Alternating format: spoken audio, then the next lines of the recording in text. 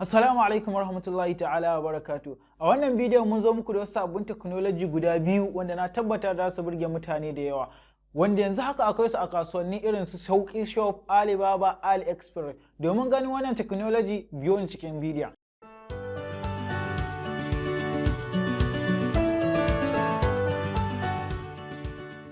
Assalamu alaikum warahmatullahi ta'ala wa barakatuh. Jama'a barkanmu da warhaka, barkanmu da sake saduwa a daidai wannan sabon bidiyon. Ni ne naku Bashir Suleiman Abdullah. Kamar yadda kuka gani a farkon wannan bidiyon, za mu muku bayani ne akan wasu technology wanda na tabbata da su burge mutane, wanda yanzu haka akwai su a kasuwannin zamani. Don haka ku biyo ni sannan a hankali domin na muku bayani dalla-dalla akan waɗannan technology. Amma dan uwa, kafin mu shiga cikin wannan bidiyon, idan wannan shine zuwan ka na farko, ka tana maka ka danna mana alamar subscribe da alamar ƙararrawa domin samun shirye-shiryenmu da zarar mun dora.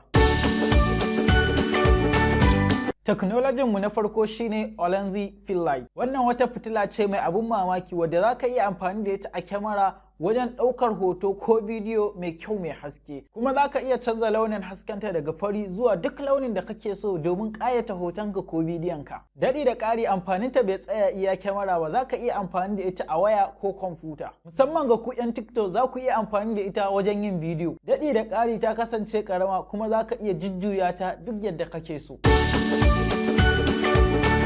Teknolojin mu na biyu shine Magfree 3-in-1. Wannan wata caza ce wadda ta zo da abun mamaki da yawa, amma kash iya masu iPhone ne kaɗai za su iya amfani da ita. Wannan caza za ka iya jona abubuwa guda uku, kama da iPhone, Bluetooth, iWatch, kai har ma da iPad duk a lokaci ɗaya. Abun burgewa da wannan caza shine masu yin TikTok ko masu yin bidiyo za su iya amfani da ita a matsayin tripod. Idan wannan shine farkon zuwan ka wannan channel ɗin, ka taimaka danna mana alamar liking da alamar subscribe, kai har ma da alamar ƙararrawa domin samun shirye-shiryenmu da zarar mun